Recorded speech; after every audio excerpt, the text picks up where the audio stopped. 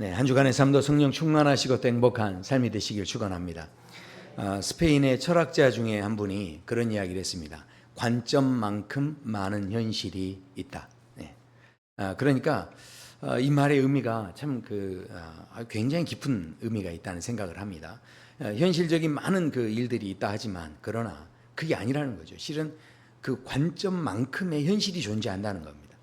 그러니까 어떤 한 가지 사건이 있더라도 그 사건을 한 가지로밖에 못 보면 그 한 가지밖에 존재하지 않는 겁니다. 그런데 그 사건이 여러 측면에서 이렇게 볼 수 있는 관점을 우리가 이제 갖게 되면 한 가지 사건이어도 그것이 여러 가지 것으로 우리에게 해석이 될 수 있다는 거죠. 그래서요, 우리가 이 어떤 관점에 따라서요, 어떤 상황은 보이기도 하고 어떤 것은 보이지 않기도 하는 이제 그런 일이 있다라는 겁니다. 제가 좀 더 이해하기 쉽게 설명을 드리면 요즘 우리 시대에는요, 정보가 굉장히 많죠.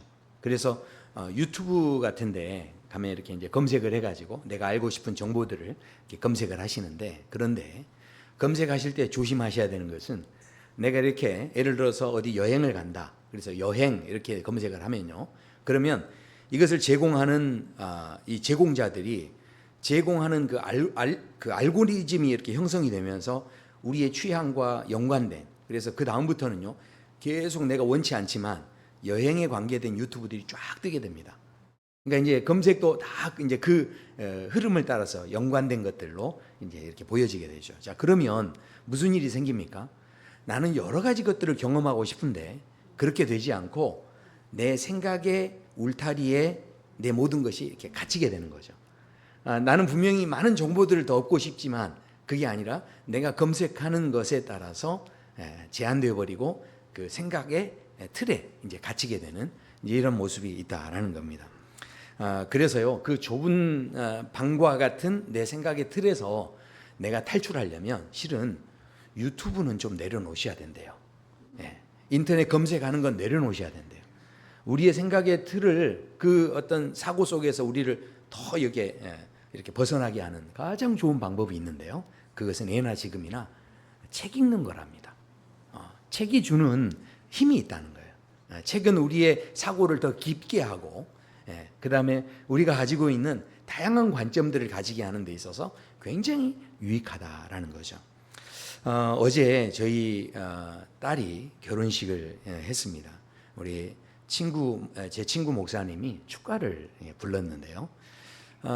이 친구가 좀 연색이라도 하고 올 것이지, 머리는 허해가지고 저보다 더 허해가지고 와서 이 축가를 이렇게 한다고 이렇게 하는데, 저로서는 실은 상당히 의미가 있었습니다. 왜냐하면 제 친구는 저희 딸아이가 태어나기 전부터 우리 아이하고 함께 하면서 이게 우리 아이의 선물도 사주고 그야말로 모든 때마다 일마다 이제 옆에서 함께 그것을 지켜보면서 그러면서 마치 삼촌하고 이모처럼 그렇게 이제 역할을 해줬던 친구이기 때문에 그렇습니다. 그래서 그런 친구가 축가를 한다는 것은요, 실은 저희로서는 굉장한 감동이었습니다. 그래서 그 가사 하나가 그냥 노래하는 게 아니었고요, 그 삼촌의 마음으로 이렇게 이제 진짜 축복하는 이제 그런 마음이 있었죠. 제가 이제 그 이야기를 할 때 그 친구가 부탁을 하더라고요. 사례비를 만약에 주면 부르지 않겠다. 그러니까 조건이 사례비를 안 받는 조건으로 부른 거예요. 그러니까 이게 진심으로 축복하고 싶었던 거죠. 그래서 이제 저는 그런 줄 알았는데 뒤늦게 들려온 이야기가, 저희 친구가 거기에 서서 축가를 한다고 하니까 저 뒤에서는 웅성웅성했대요, 사람들이. 그리고 어떤 사람들은요, 에이 막 하면서 약간 야, 이게 뭐지? 이게 뭐 축가하면 이렇게 친구가 부르든지 뭐 이렇게 하는데 저 나이 든 분이 나와서 뭐 하는 거야? 하면서 약간 이렇게 비운 듯하게 이렇게 이제 하면서 사람들이 웅성거리기 시작한 거예요. 그랬다는 이제 이야기를 들었는데 제가 충분히 이해합니다. 왜냐하면 많은 사람들이 요즘에 축가를 부르면 누가 그런 식으로 나이 든 분이 나와서 축가하는 경우가 한 번이라도 본 적 있으세요? 없죠. 그러니까 대부분 다 친구들이 와서 축가하고 뭐 이렇게 하는 거지, 이런 식의 아마 축가는 아마 처음 아마 경험하셨을 것 같아요. 자, 그런데 너무 놀라운 것은 그 축가가 다 끝났을 때요. 약간 의아해하고 막 에이하고 했던 사람들이 전부 다 양쪽 엄지손을 다 들었대요. 너무너무 최고였다. 이렇게 이야기했다는 거죠. 어쩌면 제가 어제 정말 감사했던 것은 저희 아이들의 마음이 그거였어요. 우리는 결혼식을 하고 싶은 게 아니라 결혼 예배를 드리고 싶다. 그랬는데 어제 진행된 그 모든 그 상황들이 끝나고 많은 하객분들이 저에게 문자를 해주셨는데 뭐라고 하셨냐면 제가 다녀본 결혼식 중에 축복의 마음을 담아서 세상에 이렇게 하는 거는 참 내가 처음 봤다. 너무너무 좋았다. 이렇게 하면서 이제 문자들을 이렇게 보내는 걸 제가 봤습니다. 그러니까 이게 무슨 이야기입니까? 우리가 늘 기존에 알았던 그런 우리 관점이 아닌 또 새로운 어떤 관점에서 우리가 이것을 접했을 때 사람들의 감동이나 느낌이 전혀 이게 달랐다라는 것이죠. 우리는 인생 살아가면서 내가 똑똑하게 잘 사시고 계시는 것 같은데 그러나 이 땅에 있는 정보들을 잠깐 내려놓으실 필요가 있어요.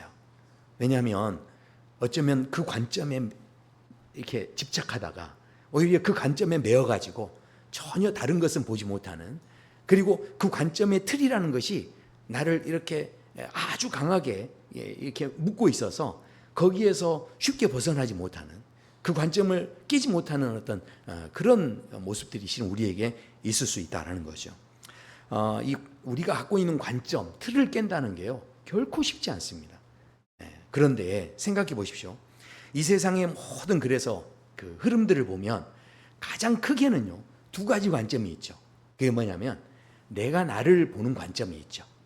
그리고 두 번째는 다른 사람이 나를 보는 관점이 있습니다. 그러니까 생각해 보십시오. 우리가 서로를 보는 데 있어서 늘 내가 나를 보죠. 그러니까 거울도 보시면서 어떻게 합니까? 내가 어떻게 생겼나 보고 계속 내가 나를 보려고 이렇게 노력을 하죠. 그리고 또 어떻습니까? 다른 사람이 나를 어떻게 보느냐? 전문적으로 말하면 눈치를 보는 거죠.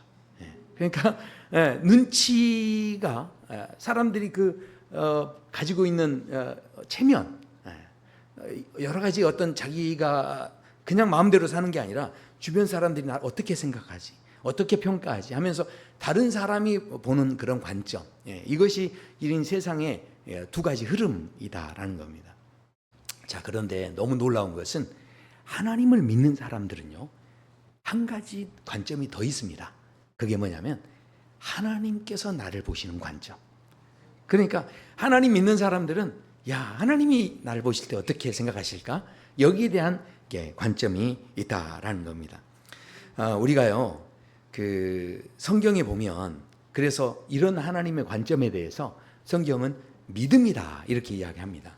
이 관점이 왜 믿음일까요? 믿음은 보이지 않는 세계를 향해서 우리가 한 걸음 나아가는 겁니다.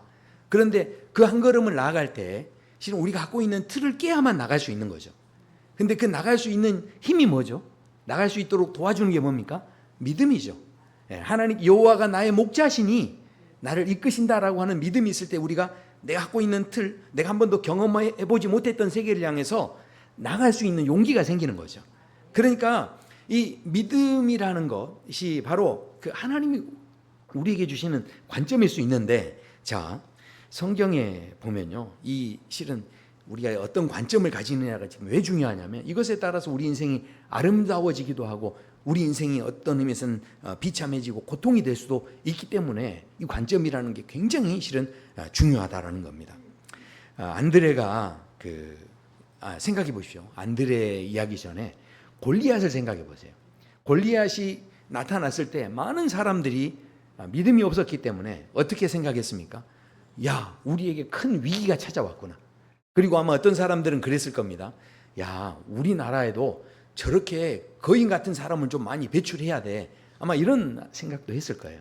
자, 그러나 그 골리앗이 나타났을 때, 그럴 때 믿음의 관점으로 보았던 한 사람이 있었습니다. 그가 바로 다윗이었죠. 다윗은 그것을 위기로 보지 않았죠. 그것은 바로 어느 때보다도 내가 하나님을 기쁘시게 할 수 있는 기회가 왔구나. 그러니까 하나님께 인정받을 기회가 왔구나. 이렇게 생각했다는 거예요. 똑같은 사건도요, 어떤 사람은 위기로 봤는데 어떤 사람은 기회로 봤다는 거죠. 그러니까 우리가 어떤 관점을 가지느냐에 따라서요, 우리 인생이 아름답기도 하고 고통스러워질 수도 있다라는 거죠. 자, 안드레가 시몬 베드로를 예수님께 데리고 왔는데 시몬은 원래 사람들이 볼 때, 사람들의 눈으로 볼 때는 어떤 사람이었냐 하면 실수가 많은 사람이었죠. 허물이 많은 사람이었습니다. 그래서 이 시몬에 대해서 바람에 흔들리는 갈대와 같다, 뭐 이렇게 이제 표현을 합니다. 자, 그런데 예수님께서 시몬을 보시자마자 너는 반석이다 이렇게 말씀합니다. 그때요, 사람들이 깜짝 놀라죠. 안드레도 한 번도 그렇게 보지 못했습니다. 실은 베드로 자신도 자신을 그렇게 보지 않았죠. 그리고 다른 많은 사람들도 전혀 보지 못했던 모습이었고 관점이었는데, 하나님의 관점으로 예수님이 베드로를 보시면서 너는 반석이다 이렇게 말씀하셨는데, 너무 놀랍게도 실제로 이 베드로가 시간이 가면 갈수록 하나님 나라의 반석이 되어져 갔습니다. 그러니까 생각해 보십시오. 우리가 이 어떤 관점을 가지느냐가 이렇게 중요한데, 오늘 우리가 읽었던 이 로마서의 말씀을 보면 로마서는 우리에게, 신앙생활하는 우리에게 굉장히 중요한 관점을 가지게 합니다. 왜냐하면 로마서 1장부터 시작을 해서 11장까지 지난 시간에 말씀드렸지만 이 전체 내용 속에 보면 우리가 행위로 구원받는 게 아니라는 거예요. 우리는 오직 믿음으로, 은혜로 구원받는다, 이제 그런 이야기를 하는 거죠. 그러니까 우리의 행위는 남는 게 아닙니다. 우리의 행위를 내세울 수 있는 게 아니죠. 자, 그 다음에 뭡니까? 그 믿음은 결국은 하나님의 은혜입니다. 자, 그렇기 때문에 결국 우리의 구원은요, 은혜로 믿음을 얻게 된 것이고 그 믿음으로 구원을 받게 된 거죠. 자, 그 이야기가 1장부터 11장까지 있는데 11장에는 그래서 그 믿음으로 산 사람들에 대해서 쭉 설명을 합니다. 소개를 하죠. 그런 다음에 뭐라고 하냐면 12장에 넘어올 때, 그러면 우리는 뭐 행위로 우리가 구원받는 게 아니니까 그럼 우린 가만히 있으면 되느냐? 그게 아니다 하면서 이제 그러므로라고 하면서 12장에서 말씀을 하는데 12장에서 이렇게 시작을 하죠. 바로 우리가 거룩한 산제사로 우리를 드려야 한다는 거예요. 근데 거룩한 산제사로 드린다는 게 뭔지를 우리가 참 막연하죠. 이게 해석이 잘 안 될 수 있어요. 그럼 내가 죽어야 되나? 단순히 그렇게만 생각할 수 있는데 그게 아닙니다. 실제로 이 말씀대로 사셨던 분이 예수님이셨죠. 예수님께서 하나님의 주시는 그 말씀을 따라 어떻게 살아갑니까? 하나님의 뜻이 무엇인지 분별하시면서, 그러면서 어떻게 합니까? 마땅히 생각할 그 이상의 생각을 품지 않고 십자가를 지라 하실 때 나의 원대로 마옵시고 아버지의 원대로 하옵소서 하면서 그 정해진 선을 넘지 않으신 거죠. 그렇게 하고 믿음의 분량을 따라, 그리고 십자가만 지고 가신 게 아니라 세상 사람들을 사랑하되 끝까지 사랑하시는, 그러니까 충성된 모습으로 그렇게 이제 사셨던 모습을 우리가 보게 되는데, 이런 모습을 우리가 이제 지난 시간에 함께 나눴는데요. 이 마음을 알려면, 거룩한 산 제물, 이 마음을 알려면 바로 예수님처럼, 예수님이 누구의 마음에 집중하셨습니까? 아버지의 마음을 아셨다는 거예요. 이제 그 아버지의 마음을 알아야 진짜 충성의 삶이 가능하다라는 거죠. 자, 그래서 그 이야기가 우리 지난 시간에 했던 이야기인데, 오늘 그래서 이제 두 번째 굉장히 중요한 한 가지 이제 이야기를 하는데요. 그것은 바로 12장 마지막 결론은 이렇게 말씀합니다. 악에게 지지 말고 선으로 악을 이기라. 그렇게 말씀하죠. 자, 생각해 보십시오. 원수가 있는데 그 원수를 축복하라는 거예요. 아니, 원수가 있는데 그걸 갚지 말라라고 말씀을 합니다. 이게 이해가 됩니까? 실은 이 말씀을 설명하는 그 앞절에 보면 내 사랑하는 자들아, 너희가 친히 원수를 갚지 말고 하나님의 진노하심에 맡기라, 이렇게 기록되었으되 원수 갚는 것이 내게 있으니 내가 갚으리라고 주께서 말씀하시느니라. 실은 우리 성도님들이 너무너무 속상하고 막 이렇게 진짜 원수가 있고 그럴 때 너무 은혜 받는 말씀이잖아요. 하나님께서 갚아주신대요. 그러니까 너무너무 은혜되는 그런 말씀인데, 그러나 진짜 이 말씀의 뜻은 뭐냐면 악을, 그러니까 이게 악한 것 자체를 우리가 이 선으로, 그러니까 악에게 지지 말고 선으로 악을 갚으라, 여기에 이 말씀의 중심이 있다라는 겁니다. 자, 그러니까 지금 우리가 아무리 제가 이렇게 이야기해도, 자, 오늘 제가 뭐라고 그랬죠? 원수 갚는 것이 내게 있으니 내가 갚으리라. 그러니까 여기 몇몇 분들은 표정이 밝아지세요 지금. 너무너무 좋아하시는 거예요 지금. 그런데 악에게 지지 말고 선으로 이기라 그러니까 아무 반응이 없어. 자, 그러니까 솔직히 우리가 이야기하면 원수가 있는데요. 아니 그걸 이렇게 맡기라고 그러고, 이거 원수가 있는데 원수가 배고프면 먹여주랍니다. 그리고 원수가 어떻게 해요? 줄이면 음료수도 사주고 이렇게 먹여주라는 거예요. 아니 이게 지금 가능한 이야기입니까? 저는 절대 이게 가능하지 않습니다. 아니 생각해 보십시오. 현대 사회에서 피해자가 가해자에게 어떤 막 사랑하는 마음을 보일 수 있나요? 실은 그런 게 아니지 않습니까? 지금 우리나라도 음주운전 단속하기 위해서 지금 많은 법들이 제정되고 그렇게 하지 말라고 하는데, 만약에 음주운전 하시는 분이 우리 가족 중에 하나를 이렇게 사고를 내서 만약에 가족이 그 목숨이 위험하게 됐다 이렇게 됐으면, 그러면 그 가해자에 대해서 어떤 마음이시겠어요? 그 사람에게 밥 사주면서 너무 낙심하지 말아라 막 그러시겠어요? 아니 합의하는 것도 힘든데 밥까지 사줘야 되는 거예요. 이 말씀대로 하면 그러면 그 원수에 대해서 정말 그러실 수 있겠습니까? 동의를 안 해주시네요.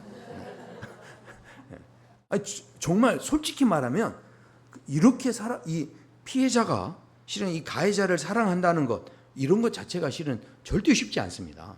자, 그런데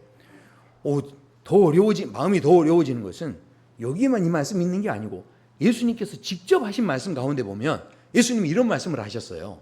너희 원수를 사랑하며 너희 박해하는 자를 위하여 기도하라. 내 사랑하는 사람을 위해서 기도는 쉬운데 내 원수를 위해서 막 기도하자고 그러면 이게 기도가 나옵니까? 이게 나오다가도 이게 턱같이 탁 막혀가지고 이게 절대 이게 나올 수 있는 게 아니지 않습니까? 자, 그런데 예수님이 이 말씀을 하는데 얼마나 부담스럽습니까? 예수님이 말씀하셨으니까 뭔가 지켜야 될 것 같은데, 그런데 원수 사랑하는 건 솔직히 불가능에 가깝죠. 그래서 이런 말씀은 웬만하면 건너뛰는 거죠. 우리가 별로 듣고 싶지 않은 그런 이야기죠. 자, 그런데 우리가 한번 여기서 생각해야 됩니다. 예수님의 말씀은요, 우리를 어렵게 하고자 하시는 그런 말씀은 하나도 실은 없다는 거예요. 예수님께서 지금 이 말씀을 하시는 그 중심에는 무슨 이야기를 지금 하시는 거냐면, 그동안 우리가 살아오는 삶의 틀이 있는 겁니다. 우리가 살아오는 삶의 방식이 있는데 그 방식을 가지고서는 예수님을 믿는 그 믿음의 자리까지 가기 어려우니까 그 방식을 깨기를 원하시는 거예요. 그러니까 우리가 믿는다는 게 뭡니까? 실은 믿음을 이렇게 우리 믿음의 어떤 삶을 행하기 위해서는 내 틀을 깨야 돼요. 내 두려움의 틀을 깨야 나가는 거죠. 내 염려의 틀을 깨야 나가는 겁니다. 그러니까 믿는다는 건 보이지 않는 세계를 향해서 이렇게 내가 나가야 되려면 반드시 틀은 깨져야 돼요. 자, 그렇다면 생각해 보십시오. 우리가 예수님께서 원수를 사랑하라 이야기하면서, 자, 그러면 원수를 사랑하라 한 다음에 그러면 예수님 무슨 이야기를 하시느냐? 그래서 오늘 말씀을 좀 더 이제 깊이 보셔야 되는데, 자, 너희 원수를 사랑하며 너희 박해하는 자를 위하여 기도하라 한 다음에 그 다음에 이렇게 말씀하죠. 45절에 보면 이같이 한즉 하늘에 계신 너희 아버지의 아들이 되리니, 그렇게 말씀합니다. 그러니까 원수를 사랑할 때요, 우리에게 하나님께서 이게 복을 주신다는 거예요. 예수님께서 복을 주시는데 그 복이 뭐냐? 아버지의 아들이 된다는 겁니다. 이 상이 너무너무 크다는 거예요. 온전히 하나님을 닮아가게 될 것이다, 그렇게 축복하셨다라는 겁니다. 자, 그러니까 생각해 보십시오.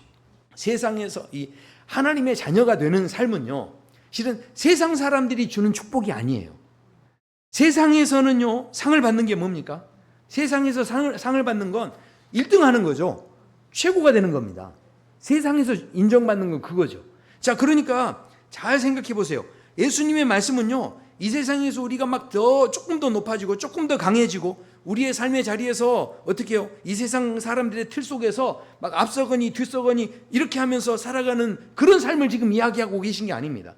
그 틀 안에서 아무리 우리가 최선을 다해서 누구보다 좀 앞섰다 할지라도 이게요, 실은 우리가 이 세상을 떠날 때는 그게 아무것도 아닌 거예요. 지금 하나님께서 말씀하시는 상은 이 세상에서 너희가 열심히 살면 요 상을 받을 것이다, 이게 전혀 아니고, 지금 너희가 전혀 그동안 살아오지 않은 방식대로 한번 도전해 보라는 거예요. 그렇게 할 때 너희들이 세상에서 받을 수 없는 진짜 상을 하나 받게 될 건데, 그게 바로 아버지의 아들이 되는 것이다, 이제 이렇게 말씀하고 계신다라는 겁니다. 그러니까 전혀 이 세상 사람들은 생각하지 못하는 다른 차원의 이야기를 지금 하고 계시는 거죠. 오늘 말씀에서 악에게 지지 않는다는 게 결국 뭘까? 그래서요, 이것을 설명할 때 19절에서 이렇게 말씀하죠. 내 사랑하는 자들아, 너희가 친히 원수를 갚지 말고 하나님의 진노하심에 맡기라, 맡기라, 이렇게 말씀합니다. 맡긴다는 게 뭡니까? 맡긴다는 것은요, 결국은 이 승리하게 되는 이 마지막 그 승리가 내가 원하는 승리가 아닌 거죠. 이건 하나님이 이루시는 승리인 거죠. 거기에 나를 맡기는 거 아니겠습니까? 자, 이걸 조금 더 쉽게 설명을 드리면, 어릴 때 기마전 해보셨어요? 체육대회 가면은, 어릴 때, 지금은 아마 이렇게 하는지 잘 모르겠는데, 저희 어릴 때 빼놓지 않고 하는 게 뭐였습니까? 기마전이었잖아요. 자, 그런데 생각해 보십시오. 이 기마전에서 이기려면 어떻게 해야 됩니까? 막 이렇게 과격하게 막 손짓 해가지고, 발짓하고 막 해가지고, 막 옷이 찢겨졌어요. 옷을 막 찢으면 이기나요? 자, 내가 막 싸워가지고 어떻게 합니까? 그 사람 안경을 탁 떨어뜨려서 부러뜨렸어요. 그러면 이깁니까? 아니죠. 이기려면 어떻게 해야 됩니까? 머리띠를 가져와야 돼요. 머리띠를. 그러니까 이기려면 그 머리띠를 가져와야 돼요. 자, 생각해 보십시오. 욥이 사단에게 공격을 당했어요. 악한 사단에게 공격을 당했는데, 그 욥이 재산을 다 뺏기죠. 자식들이 다 죽습니다. 그리고 자기도 병에 걸립니다. 굉장히 심각한 공격을 받았죠. 그런데 그 공격을 받았을 때, 자, 욥이 싸움에서 이겼습니까? 졌습니까?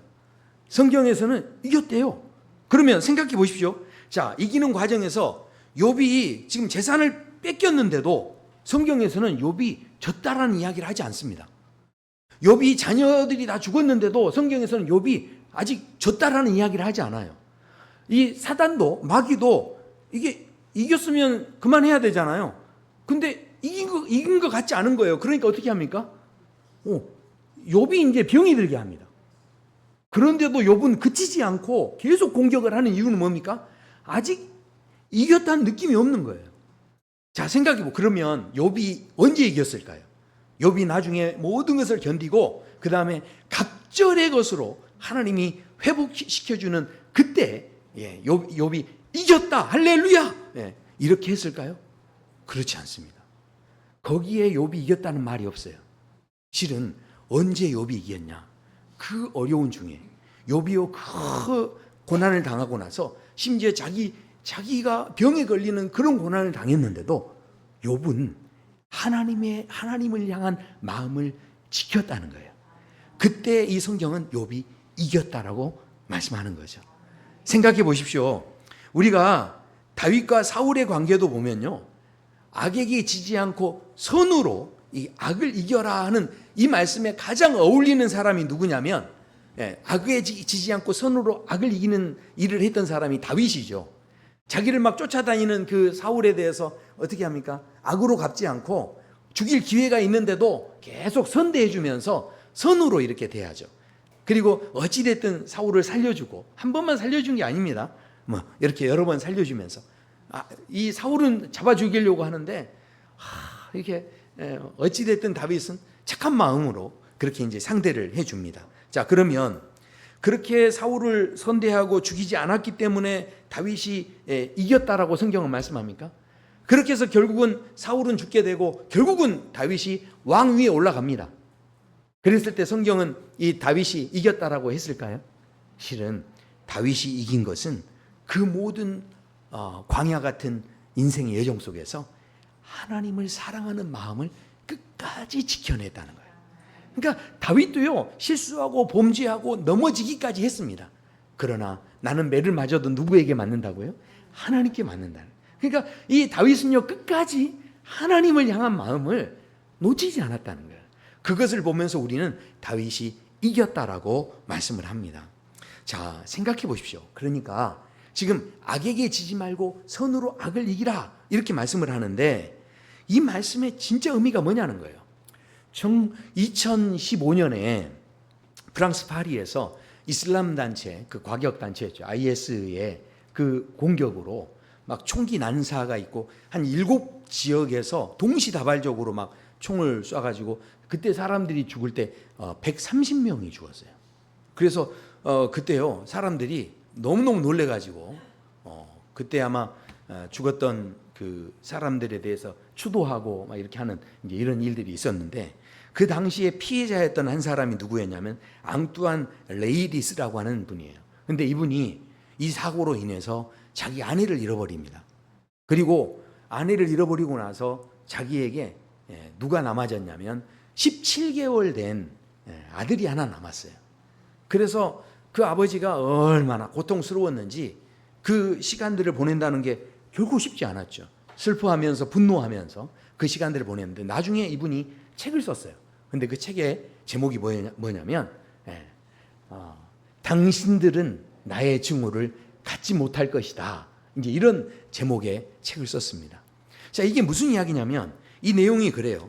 금요일 저녁에 당신들은 특별한 한 사람, 내 필생의 사랑이자 내 아들의 어머니인 한 여인의 생명을 도둑질했다. 그렇지만 당신들은 나의 증오를 가져가지 못할 것이다. 이렇게 표현을 합니다. 자, 이게 무슨 이야기냐면 원래 이 테러 단체들이 노리는 게 뭐냐면 이 테러를 저지름으로 인해서 사람들 안에 분노심을 키우는 거예요. 그리고 테러하는 사람들에 대해서 두려워하는 마음을 갖게 하고 무서워하는 마음을 갖게 하는 거죠. 그래서 그 분노의 마음을 어떻게 합니까? 정부를 탓하게 하고 이러면서 이 테러 단체들이 자기들이 원하는 목적을 얻고 싶어 하는 건데, 근데 이 사람이 이 고통을 당했는데도 불구하고 너희들이 원하는 대로 내가 증오하지 않을 것이다. 너희들이 나를 계속 한껏 증오하게 지금 만들고 있지만 절대 내가 너희에게 넘어가지 않을 거다. 지금 그 이야기를 하는 거예요. 너희들이 바라는 그 증오, 난 절대 너희에게 그것을 줄 수 없다. 이런 표현을 쓰는 거죠. 그러면서 나중에 이 책 표현에 보면요, 자기 아들이 있는데 그 아들도 지금 아직 17개월밖에 안 된 아들이지만, 그러나 이 아들도 너희들이 원하는 것처럼 나중에 자라나서 내 어머니를 뺏어간 이 과격 단체들 하면서 분노하지 않을 거라는 거예요. 왜냐하면 내가 절대 우리 아들 그렇게 키우지 않겠다는 거죠. 우리 아들 정말 자유롭게 키울 거고 행복하게 키울 거고, 그래서 너희를 향해서 어머니를 뺏어간 단체라고 해서 증오하는 마음을 갖게 하는 그런 아들로 내가 절대 키우지 않을 거다. 난 그거 확신한다. 이러면서 이 책에서 그 이야기를 합니다. 생각해 보십시오. 이 악에게 지지 않고 선으로 악을 이긴다는 게 바로 이와 같은 거죠. 얼마나 참 감동입니까? 너무 가슴 아픈 일이지만 그럼에도 불구하고 이 사람은 그 사람들이 요구하는 대로 증오를 표현하지 않고 그것을 그 안에서 다 해결했다라는 거죠. 그래서요, 우리가 가지고 있는 그 틀이 있어요. 근데 우리 주님께서 오늘 인생을 살아가는 많은 사람들이 갖고 있는 그 증오의 틀이 있고 원망과 분노의 틀이 있는데 그 틀을 깨뜨리기를 원하시는 거예요. 그것을 위해서 뭐라고 합니까? 원수를 사랑하라라고 도전하고 계신다라는 거죠. 자, 하지만 제가 오늘 진짜 나누고 싶은 이야기는 이제 그 다음입니다. 자, 제가 무슨 이야기를 하려고 하냐면, 우리가 실은 이 말씀을 보면서 무슨 생각을 대부분 많이 가지시냐면, 악에게 지지 말고 선으로 악을 이기라, 이런 이제 말씀을 하는데, 내 원수가 있는데요, 그거 어떻게 한다는 거예요? 내가 갚지 말래요. 누가 갚아준답니까? 하나님이 갚아준대요. 근데 이 말씀을 읽는 거의 모든 사람들이 자기가 그 원수일 거라는 생각은 안 해요. 이걸 읽으면서 자기는 항상 피해자지 내가 가해자일 거라는 생각을 안 하는 거예요. 실은 우리 기독교도 너무 부끄럽게 과거의 역사에 보면 기독교가 이 정부의 힘을 갖고 그 얼마나 타락했을 때 이 기독교가 얼마나 많은 사람들로 억압했는지 몰라요.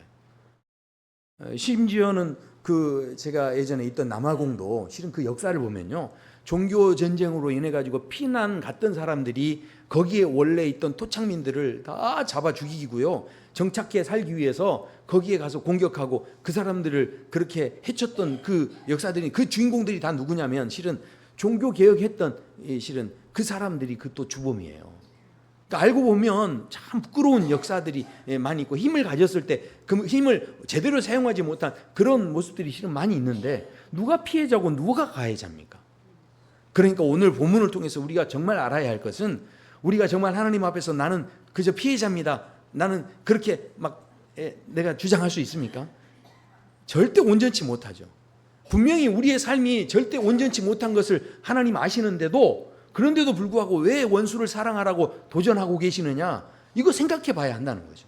자, 그래서요, 오늘 이 말씀의 흐름을 보면 하나님께서는 실은 선과 악에 대한 것을 구분하는 데는 마음이 없으세요.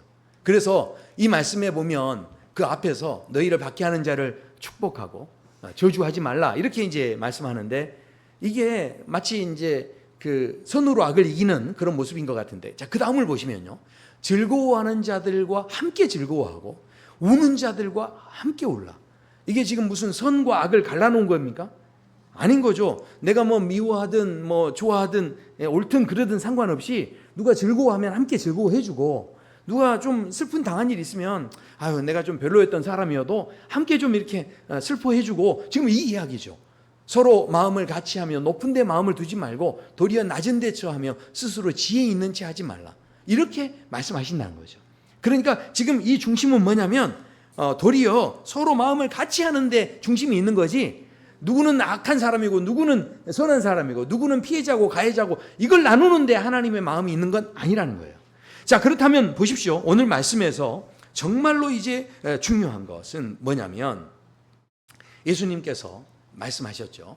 자, 여기 보면 예수님 그런 말씀하셨어요. 너희 원수를 사랑하며 너희를 박해하는 자를 위하여 기도하라, 이렇게 말씀을 합니다. 결국은 이 말씀을 통해서 하나님께서 무슨 말씀을 하시는 겁니까? 우리가요, 선함을 구별해내고 악함하고 막 투쟁해서 막 싸우고 그렇게 해서 우리가 다 이렇게 화목하기를 원하는 지금 그 이야기를 하시는 게 아니라, 오히려 거기에 묶여 있지 말고 선과 악에 매여 있지 말고 그것을 뛰어넘어서 하나님의 마음을 아는 자리까지 나가기 원하신다는 거죠. 그러니까 지금 여기에서 보면 내 원수를 사랑하라, 너희를 박해하는 자를 위하여 기도하라 하신 다음에, 그래서 그 다음에 하시는 이야기가 이같이 한즉 하나님의 아들이 될 것이다. 그러니까 지금 하나님의 마음은요, 우리가 선과 악을 구별해내는 그런 삶의 자리에 있기보다는 오히려 하나님의 아들이 되는 자리로 우리가 나오기를 원하시는 거예요. 그 모든 세상이 갖고 있는 그 관점의 틀이 있어요. 세상은요, 어찌됐든 그렇게 흘러가게 돼 있습니다.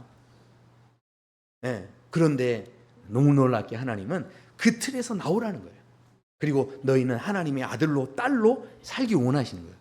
아니, 구원해 주시면 됐지, 천국 가게 했으면 됐지, 굳이 아들까지? 부담스럽습니다, 하나님. 이렇게 생각하실 수 있죠.